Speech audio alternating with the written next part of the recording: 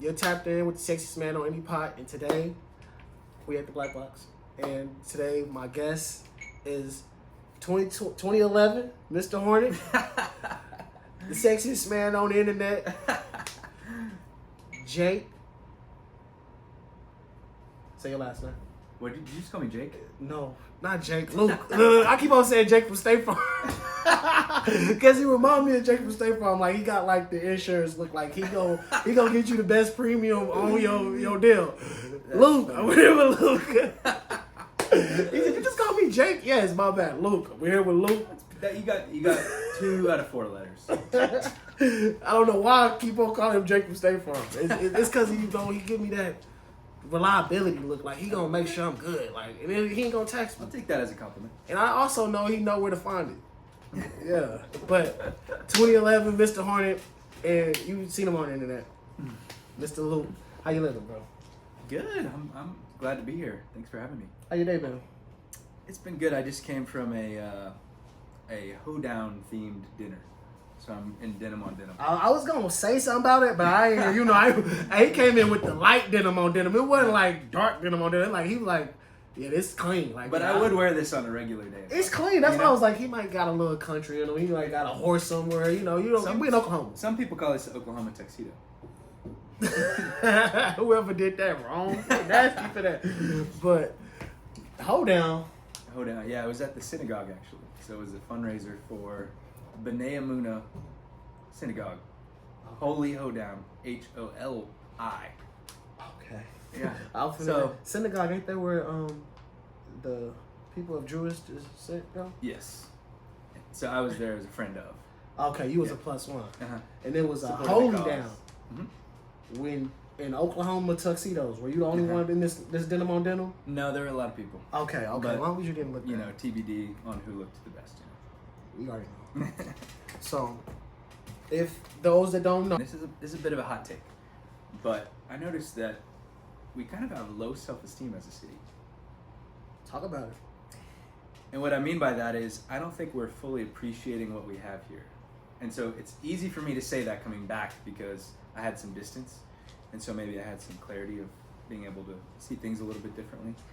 And I just felt like we needed to be celebrating more of what we had here and also spotlighting individuals who are, the faces of the new Tulsa in a way, and the old Tulsa, really the two worlds coming together. Yeah. But ultimately more kind of like connectivity or what's happening, what spots should we go to, like, celebrating local businesses, all that kind of stuff. So that's where we came up with this idea, Best of Tulsa, which, people have done this in other cities, but we didn't have something like it here. So that's where we went off and did that. And, I think we've done 10 episodes now, and we just crossed 1 million views on Reels and TikTok. He said, that's organic. No pesticides or nothing. He said, this wasn't no hashtag for likes, hashtag. If you see me, you like it. He said, no, this is from the mud, 10 to a mil. I just, my mind, I wasn't the best at math. I was kind of good. That's almost 100K per, so if that's right, he eating. So he eating. I don't want to hear nothing about, hey man, it's hard to get content getting over here. Nobody want to. He got the best of Tulsa. So it's nothing but Tulsa related. Mm-hmm. Like, he's not throwing. He been in New York for 12 years. The city that never sleeps. He could have did it there. He was there for 12 years. He said, no, you know what? I'm gonna go home. Yeah. Blow this flashlight on these people. The thing is, it's already been done there. You know what I mean? Like, New York is so established, and that's what makes it amazing. But Tulsa's still in progress. Yes. And that's actually what made me want to come back here.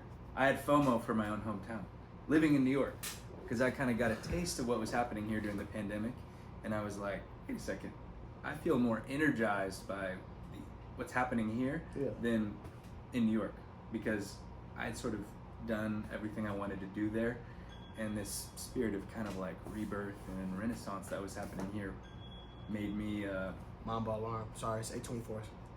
What does that mean? Kobe. If I ain't did nothing productive today, that's just my mom. Hey, I done did everything I need to do. I'm productive every day, but like that's just my mindset. Like, hey, get to it. But I like that. So you saw it like Time out. I want y'all to really think this through. This man lived in New York City and said, I miss Tulsa. So anybody that'd be like, it ain't nothing to do in Tulsa. Tulsa, da da da da. This man was in the city that never sleeps. You know, they got some boroughs out there. I know a few of them. Some good boroughs. You know, Manhattan, you feel me? Brooklyn, you feel me? He was out there in the mix. I know you was. Hey, one thing about people that live in New York, they know how to walk. Oh, they gonna get their walk on. True. He said, I was walking. I love walking. You was in the streets. And city biking. Have you ever city biked? Have biked in a big city? No. That's actually my favorite thing. And there's this public bike share called City Bike. Okay. And you can just check out bikes all around the city.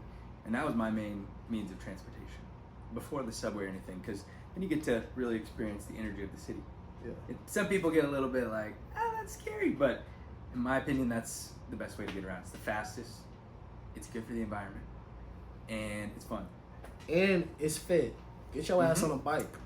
Get to moving. Yeah, so when I came back to Tulsa, I was like gaining a little bit of weight because I was like, I'm not out in these streets the same way. Walking, biking, all that stuff. Yeah. But yeah. Now, what was it about Tulsa that you was missing?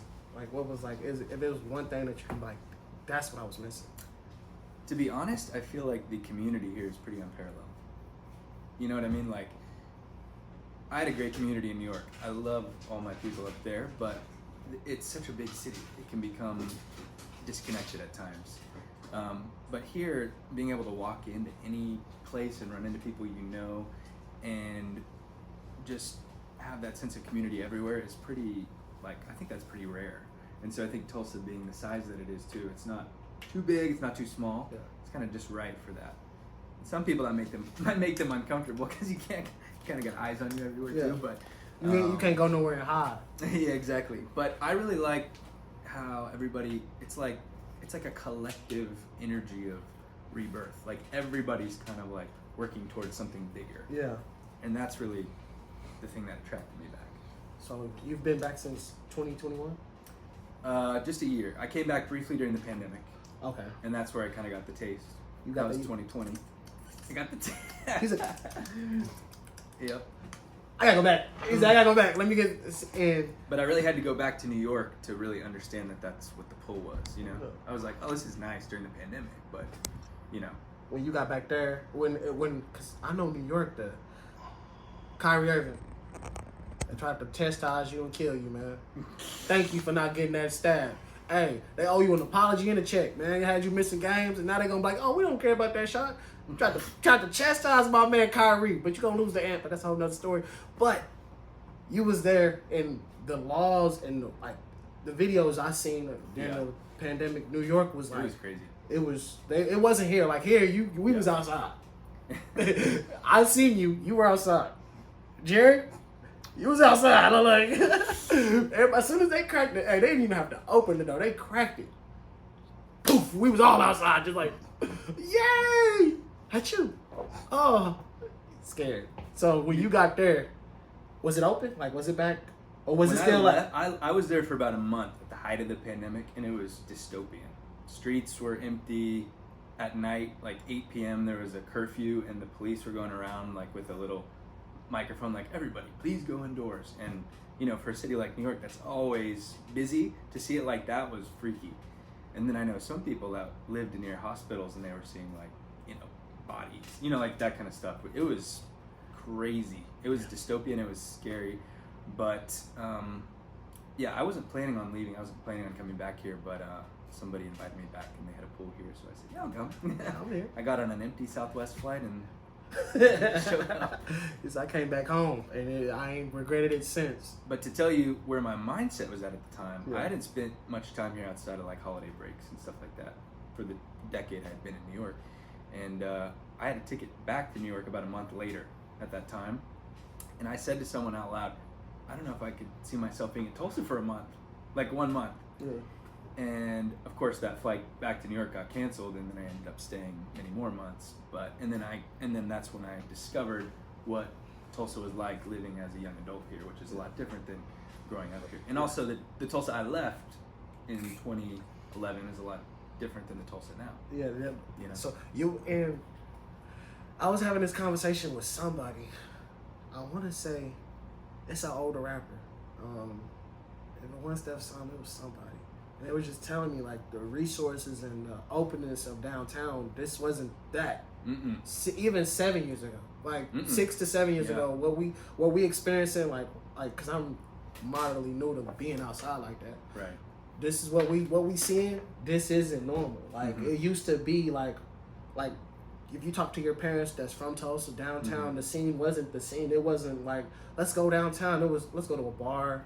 So now unless you're going to Spaghetti Warehouse. Spaghetti Warehouse, shout out to Spaghetti Warehouse. That was a vibe, I will say. Hey, what? I kind of missed this Spaghetti Warehouse.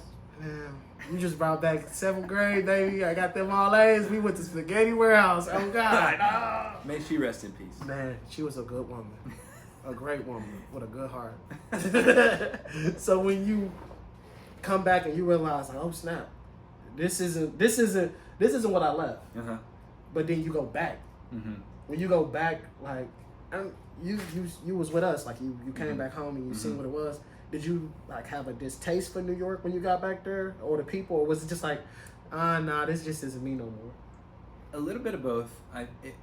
It also kind of hit different after the pandemic. Like New York took a few years to come back, so everything had changed. Like I worked in One World Trade Center at GQ and Architectural Digest, and that office pre-pandemic was the most amazing place. Like the types of people there, always a lot of activity. Working there, you're underpaid and overworked, but the people made it amazing. And when you go back, everyone's working remotely. We're in the office a few times a week, but it was just a shell of its former self. And I was like, realized I was kind of grieving what used to be. And I realized nothing's ever going to be the same. And also, here's my other take about New York. Pre-pandemic, everyone was in the grind together. You know what I mean? You're in the office 5 days a week. You're commuting every day. You're going out every night. Like everyone's in it together.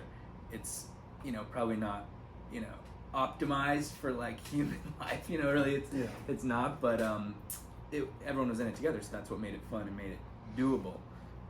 Post-pandemic, the city became much more transient. So people were able to leave a lot easier because of remote work. Weren't going into the office. It was harder to like make plans because you weren't in motion. Pre-pandemic, you're always in motion, so you're just bouncing around. But it wasn't the same. And I would say, after you reach 10 years in any city, you might be sort of like hungry for something different. Fatigue? Yeah, a little bit. And I spent my entire 20s in New York, and I did it up. So I kind of got to see, I was very fortunate to get to do a lot of things I wanted to do, and then I realized I want something more. Like, I want something more meaningful to me. And that had to do with Tulsa.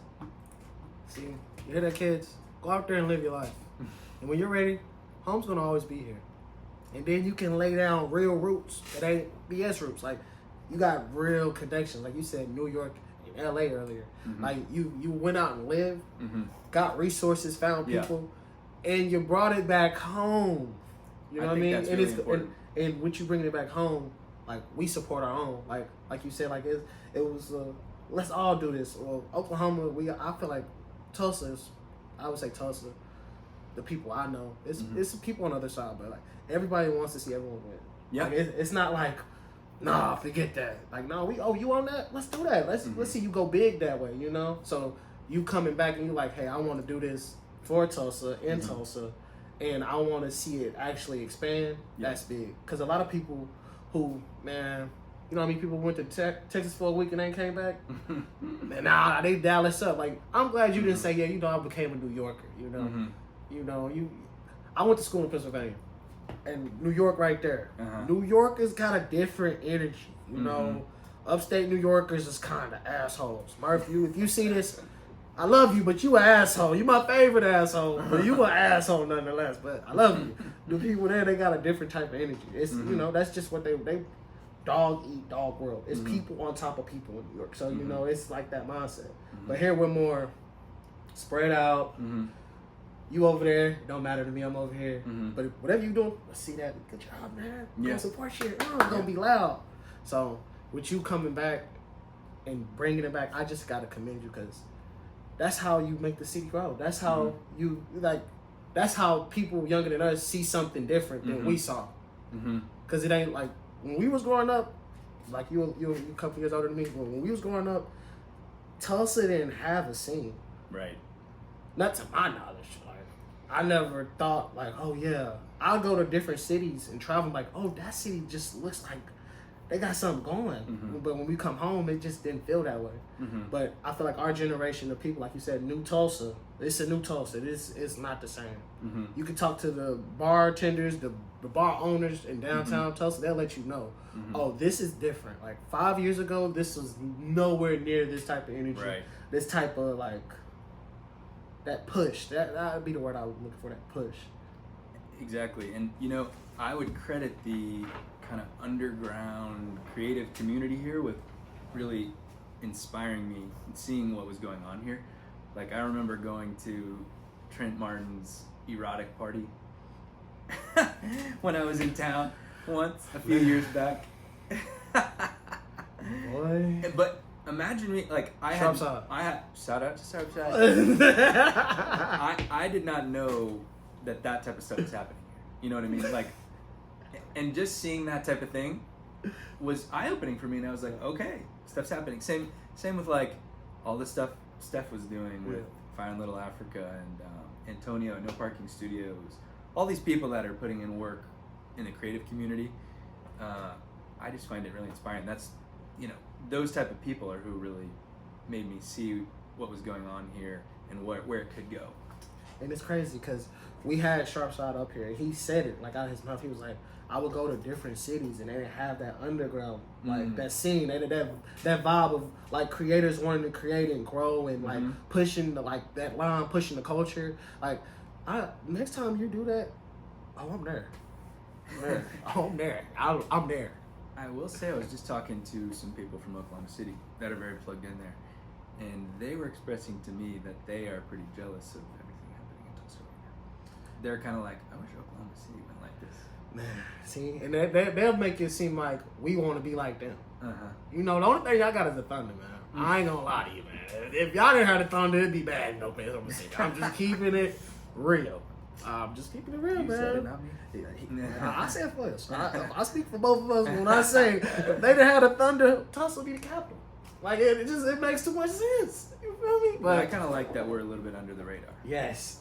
I wrote this article about Tulsa for New York Magazine, and I call name drop.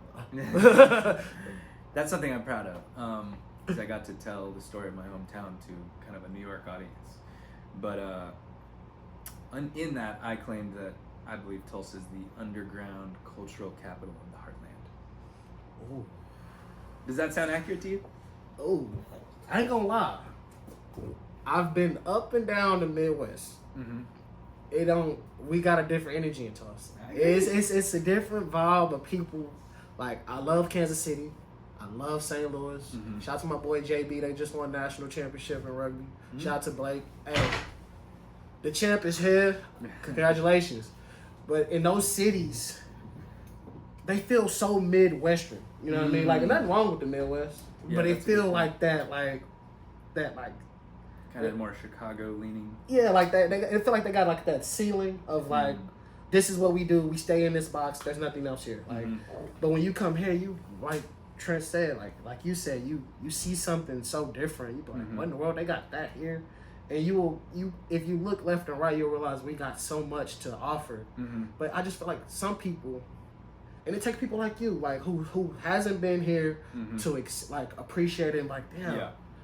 You don't see, like, I'm glad you're showing, like, y'all don't see this. Like, I know y'all see this. Someone said this to me once, the idea of reflecting a city back onto itself. And I think y'all are doing that as well. But I think it's a really powerful idea that we don't think about much. But that's really what the Best of Tulsa series is. We're uplifting voices from the community who are talking about the city and what it has. And then we're putting it out there for the people here to consume and get re-excited about where they live, and also hopefully spark a sense of exploration and adventure, because I think that too people can be like, and going back to my earlier comment about the low self-esteem, we don't, like you said, we don't have anything to do here. The food scene sucks, there's nothing good, Yeah. Like, I beg to differ. You know, and I'll prove you wrong because look, go watch all these videos and tell me you're not inspired to go out and try something new and support another local business or something. Exactly. Shout out to Luke, man. It's not on me though, you know. I'm glad you're saying it though, cause it's like I hate to sound like a homer, but I'm like I know my city. Like I've been to other cities, and I ain't gonna lie, they I come back inspired to want to do more for my city. Yeah. Like, when I go to Atlanta, or when I go to Dallas, or when I go to, like I said, Kansas City or St. Louis, or if I go to Memphis, when I go to different spots, or Dallas, or when I go there, it's like I can't wait to go back home. Yeah. To just bring something like this. Like it makes my mind work to where how can we bring, like, I want that here because I know they'll love it here.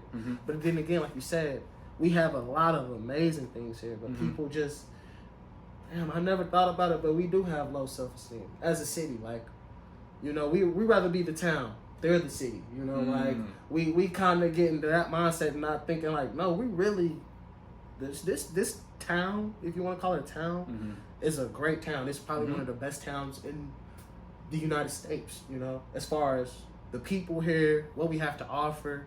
I wish they still had the Tulsa shot. I miss you, Skylar Diggins.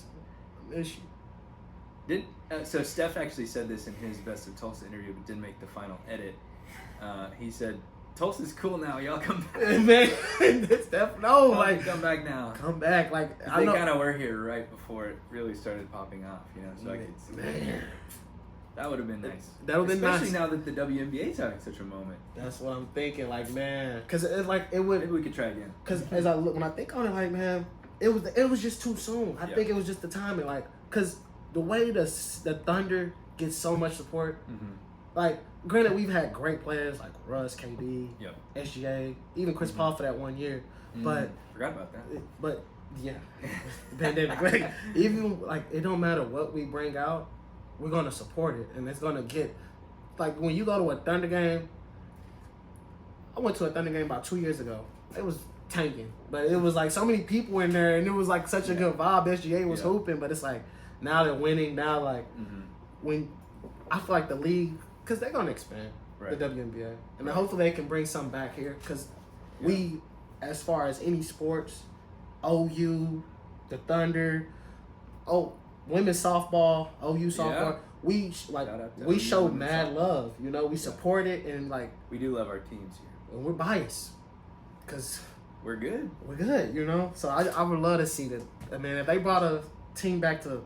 bring it back to Tulsa... Oh yeah, them jerseys is gonna do numbers. It's gonna be crazy, but it's like what you're saying. Like we got some things here right now that we gotta start using and loving on and being appreciative of what we have. Cause I call it a citywide gratitude practice. You know how they say you need a journal and that'll make you feel happier because you then are reminded of the things you have. That's kind of how I see it. You know, city.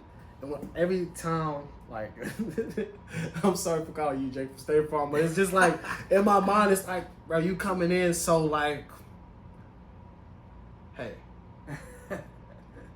I know I ain't been here, but you see the shit y'all got going on here. Like, and it's like, you not doing it in like a, y'all need to love this. Like, you're not making people feel bad. Yeah. But you're like letting whenever you put a light on something, you making them feel so much love. It's like making people that like, damn, why I ain't never showed them that type of love? And I'm in Tulsa, like I ain't never been there. Like so that's been my favorite part actually.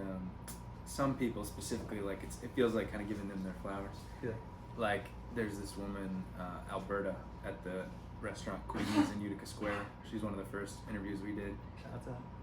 She's a legend, and she's one of those people that's just always. A lot of people grew up with her and know her from that place, and I was like, we gotta interview Bert, and we did it, and she was one of my favorite interviews. She was shouting out all these spots, and she shouted out Freeway Cafe over there. I don't know where that's at. Oh, it's good. It's good. It's bomb. It's kind of by what is it, Third and Peoria area, but okay. She got by Leon's. Excuse me. By Leon's. I know where Leon's at. I'm trying to think. Where at? The newer Leon's. Okay. Yeah. Freeway Cafe. Okay. Yeah, you got to go. But the rolls and the chicken are really good. But after the interview came out, it kind of went big, and I went over to eat at Queenie's, and she came up to me and goes, "Look, I'm famous." and she said she went to the Freeway Cafe, and they gave her a standing ovation, and they said, "You get to eat here for free for the next month." I'm there every day. Shout out to her, man. And that was just amazing. And she deserves it. She's brought so much joy to Tulsa through the years that it felt right that she got some recognition. And with you giving her recognition, she got some organic love back in return from Freeway, because they wasn't expecting nothing. You know what I mean? They wasn't like, hey, when you get on whenever you get in front of a camera, shout us out. Like it was nothing. Came up with that on the spot. That was her place, you know. You showed her natural love, and she just reflected it back to them. And now they like, oh my God, like thank you. You know what I mean? Because like you telling me, that's the first time I ever heard of it. So her probably telling you was probably the first time hundreds of thousands heard it. Like, oh damn, what's that? Yeah. And I noticed you be putting little, you know, this they got there too. Yeah, we got this right here. Okay, so I'm like, I'm gonna have to check it out. And that's what I felt when Steph was mentioning Freeway Cafe Sunday dinner. Oh, Janet's. Oh yeah. He knew too. He said after church. I'm like, yeah, that's after church. Look. Hey, shout out. Gotta go there. Shout out to Miss Carmona, man. That's my she ain't my, that's my auntie. You know, my church auntie. We gonna go to Janet's, and she gonna make sure. And after church special, I'm telling you, man, get you a nice little plate. Looks amazing. And you gonna take a nap. You gonna wake up, do your laundry, and then watch whatever's on. Perfect Sunday vibe. I'm telling you. Now, besides the best of Tulsa, like what else do you feel like you want to do with? Because that platform is growing, and it's not gonna do nothing but just keep growing. What do you want to do besides like expanding with that? Well, one other project I've worked on since being back is, well, I guess another void that I saw is like community spaces. Or have you heard of that concept of the third place? Kind of like break it down. Okay, let me get this straight. I think first place is your home, second place is your job, third place is kind of like church, community center, anywhere that you would interact with other people outside of your typical whatever. Okay. There's been kind of like a downturn on third places in America and globally, kind of like in the past, I don't know, however many years, several decades. And so we don't have these spaces where we can organically meet new people and kind of have human interactions that bring happiness and build empathy for others and all that kind of stuff.